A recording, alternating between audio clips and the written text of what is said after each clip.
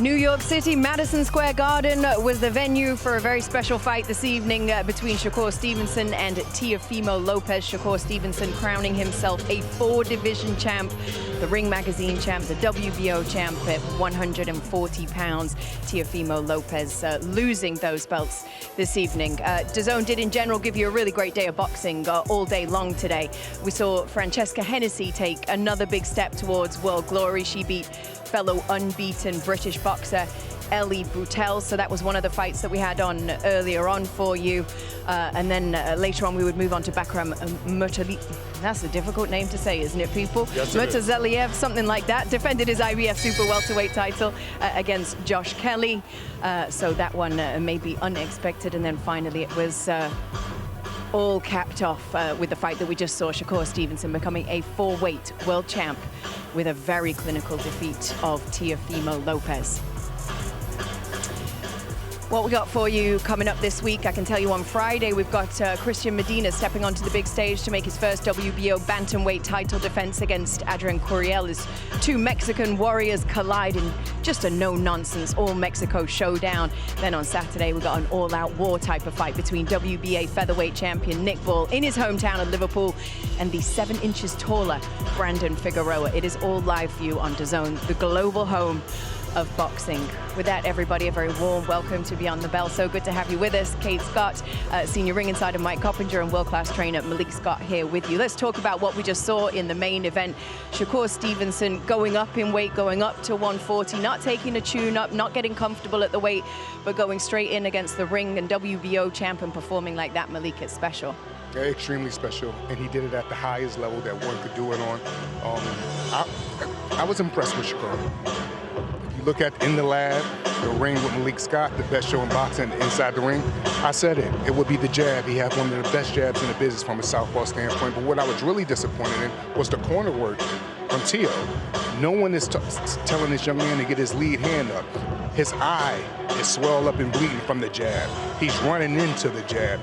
Someone should say, get your lead hand up to take that jab away. It just was no adjustments made. They had no answers, and I was a bit disappointed in that. Not disappointed too much in Teo, because he did try, but his trying just wasn't enough for somebody as elite as Shakur Stevenson. Let's go through the highlights of this fight and take a look at how it played out, but it was pretty much the same round to round. Teofimo Lopez struggled to make an impact on Shakur Stevenson. Malik. Yeah, so what Shakur did all night was he just used the small steps going back, put the jab out there. Teo came in, as you can see, every time with his lead hand down, and Shakur almost could close his eyes and just hit him with jabs at will. And what I really was impressed with the most this time right here, yeah, Shakur was on the rope, but he didn't spend a lot of time on the rope this fight like he did with Cepeda. Before the fight, I said I would like that same thing that he did with Cepeda, but not on the rope and just making small circles. And he did that all night. Look, here. Teo lead hand is down. Shakur, one of the best jabs in the business, and he just landed it all night long. Lead hand down, you're getting hit with jabs, your eye is bloody, you're cut. No one's going to tell you to get your lead hand up. Forget his corner. Why didn't he tell himself, I got to get my lead hand up? It's a thing that go on in boxing where fighters are doing things just to do it. And at a high level like this, when you're going against Shakur Stevenson, at minimum, you have to say to yourself, he's a southpaw. My lead hand have to be up when I'm approaching him, so at minimum I don't get hit and eaten up with his jab. That just wasn't good for him.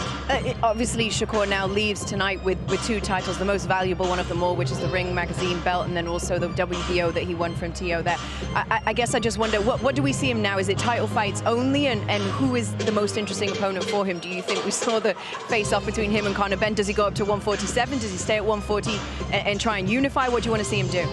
Yeah, I mean, I think Shakur Stevenson should stay at 140 for a little bit. I mean, he just moved up in weight, and what a performance that was. Superb in there, the range, the balance, very disciplined approach. Conor Benn, I'm a big fan. I just think that the style of Shakur Stevenson is all wrong for him, but it would be a fun promotion. I'm not sure who we see him. You know, I think that look to that card next month, right? Ring 7. I would like to see maybe Ryan Garcia if he beats Mario Barrios against Shakur Stevenson. That would be fun. And then you also have, of course, Richardson, Hitchens, Duarte winner, maybe the Gary Antoine Russell winner. But Ryan Garcia, if he beats Barrios, that to me stands out.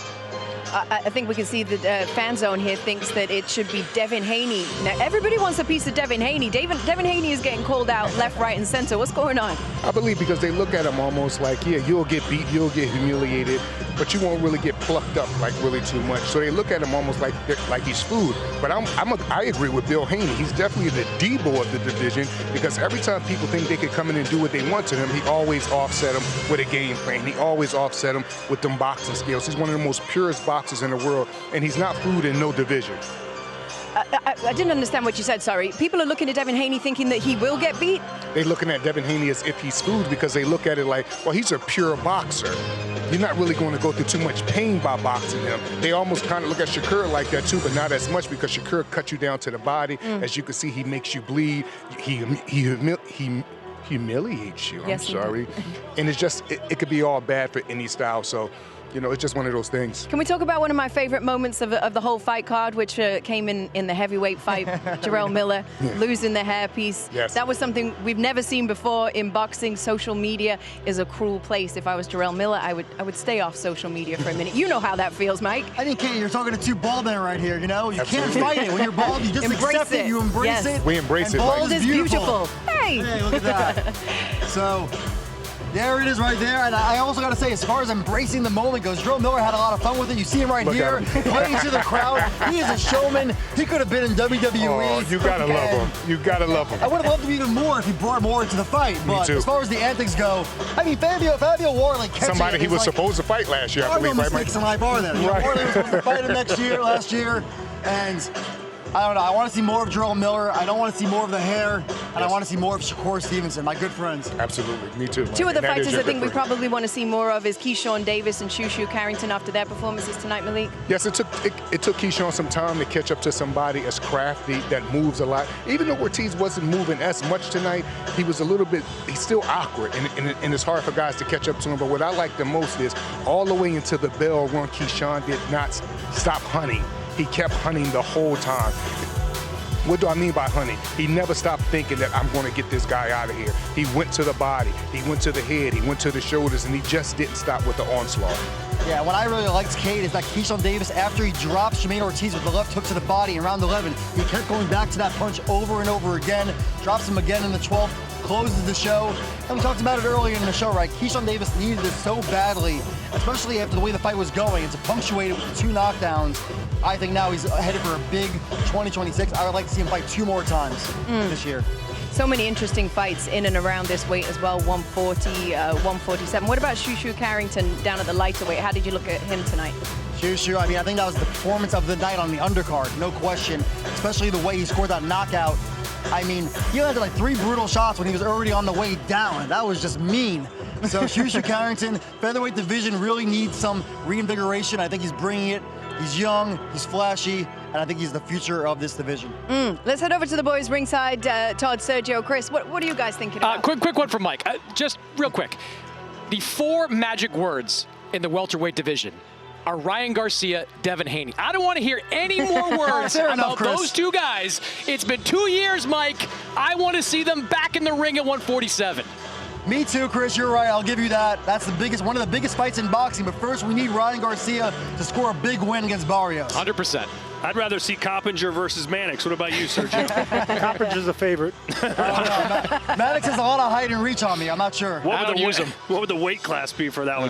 This guy's lost like 30 pounds. He's too skinny right now. It'll be Bridgerweight. We got Bridgerweight? Yeah, all right. Well, let's talk real quick. The main event, obviously, sensational by Shakur Stevenson. But where does Teofimo Lopez go from here? He just seemed reserved to the fact of, I don't know what I'm going to do next. Maybe I go up a weight class. Maybe I just hang around here for a while. I tell you, I was in the ring during all the chaos. And when Terrence Crawford kind of made some peace with Teofimo Lopez, one thing I heard Teofimo say, like, how about you and me? And Terrence goes, I'm too big for you, man. I'm too big for you. So I think Teofimo's got in his mind, hey, maybe move up in weight. Hey, look, he challenged Boots Ennis just last year, so I think that's in the back of his head. I also think if he stays at 140, there are winnable fights for him here at 140 pounds. I was talking to his manager, Keith Conley, in the ring, and he said, look, I don't think my guy fought that bad. I just think he fought a great fighter, and that's certainly true. Teofimo Lopez against a Dalton Smith, Richardson Hitchens, Gary Antoine Russell. Those are good competitive fights that can get Teofimo right back into the mix. I agree, and I think Teofimo should just lick his wounds and come back, just like he did after George Kambosos. You know, guys like Teofimo, yes, he got outclassed tonight. He got schooled tonight, but he's still a top dog. He's still a top fighter. I would love to see him with 140-pound champion. Some fighters that bring power, fighters like Gary Antoine Russell, someone that's going to want to push a fight. That's the type of style I would love to see a fighter like Teofimo Lopez come back to. As for Shakur Stevenson, we saw Conor Benn get in the ring. He seemed to want Conor Benn. If that fight happened, would it look similar to what we saw tonight where Conor Benn's swinging at ghosts, or could he have more success? No, Conor Benn will have more success because he's a natural bigger fighter. Conor Benn has this meanness to him. He overloads on shots. Not saying I will pick Conor Benn to win, just it'll be a more competitive fight than we've seen tonight. Yeah, I think the equalizer for Conor Benn is that he is a big 147.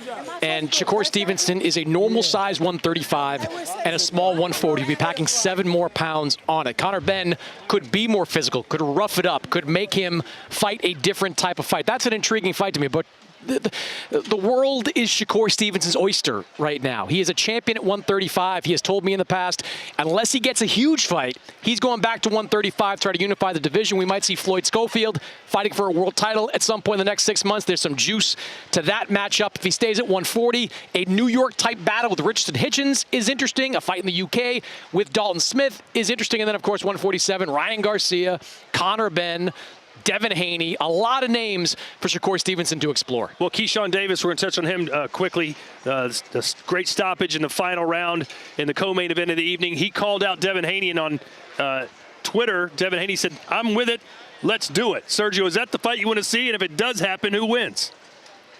It really shocks me that everyone's looking to fight Devin Haney. It's like Devin Haney is the man to beat in order to get the big paydays. I'm surprised they want that, but I would love that fight. The way I saw Keyshawn Davis today, I think Haney will give him an excellent fight with that jab. Same on the outside, using his footwork.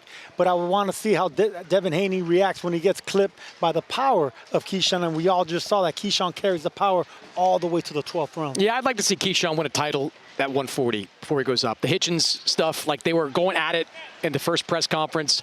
That's an easy fight to make under the Matchroom banner, Matchroom top rank type banner. I think that's the fight I would like to see Keyshawn. And if he gets that belt at 140, Devin's still going to be there. Devin's not going anywhere. All right, well, that'll do it for us for now. We'll see you in a couple of weeks out in Las Vegas. Ryan Garcia and Mario Barrios. For now, back up to Kate. Wait, can you keep the guys there for me just for 1 second? Because I want to say something real quick, and the guys here should be there for this. Because Malik and Mike haven't been at DAZN all that long. I've been here for a little minute. You guys have been here for such a long time. Tonight is the last show of Chris Glanville, who directed the fight tonight. He has been with DAZN for 13 long years. Wow. He has been just an incredible asset and a friend. He's built boxing up at this network, and DAZN is now the global home of boxing. So we would like to say a very big thank you to Chris Glanville. Guys, you may give a speech if you want. Anybody want to say anything? Yeah, I've never heard of him. Who's that? Is that one of the guys in the truck? I don't know all. Hey, when he first got here, we didn't like him, right? We thought, who's this stiff guy from Wales? But as he was here longer and longer, he became one of my best mates, as they say over there. So long, Chris. We'll see you around the corner. And man, he was a great boss. Yeah, I would say too. One thing about Chris, he's always had our back here at DAZN. Always been an advocate for all of us, all the people that are in front and behind the camera. We will definitely miss you, Chris, and we know you're not going too far. You can't get away from the U.S. We know that. A boss you have to respect, and a boss I actually liked hanging out with. You are the man, Chris Glanville. Wherever you are, wherever you go, you're going to fit in just nicely. You're the man, mate. And drinks are on you, Chris. They serve until 4 a.m. here in New York. Yes, look at all that love. Thank you so much, Chris. We love you very much. Thank you, guys. It was fun to watch this event with you.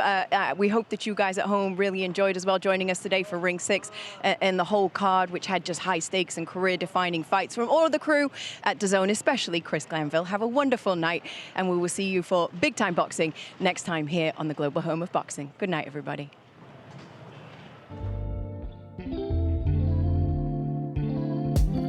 If you don't spit speak, then you won't get spoken to. People only see you when you up, then they notice you. Trying to be a legend, create lines is quotable. Only the real shall last, and I only know a few. People when they feelings always acting emotional. Ain't about a check, then it ain't negotiable. Gotta show respect to the people that's posting you. Soon to be on posters posted up like the older dudes. Now we aging like fine wine, how we supposed to do. Peep the shade on the timelines, this time poster cool. Shit is black and white like photos from a disposable. Certain situations you ain't end up uncontrollable. All up in their head, I be so confused. I just brush it off, peep the shoulder moves. We all got the same 24, so it's no excuse. Switch it up, we could rap or produce. The things you can't have is forbidden fruit. It seems like people love telling lies on me. They know that I'm the one, they got their eyes on me. They know I'm here to stay and I won't leave. We do this for the fans, for your eyes only.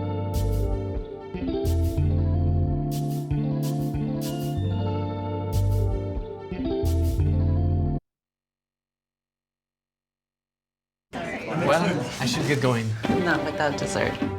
Oh, DoorDash is on the way. the game's about to start. Stay for the game. I'm falling asleep. I'm never leaving, am I? Coffee it is. Right?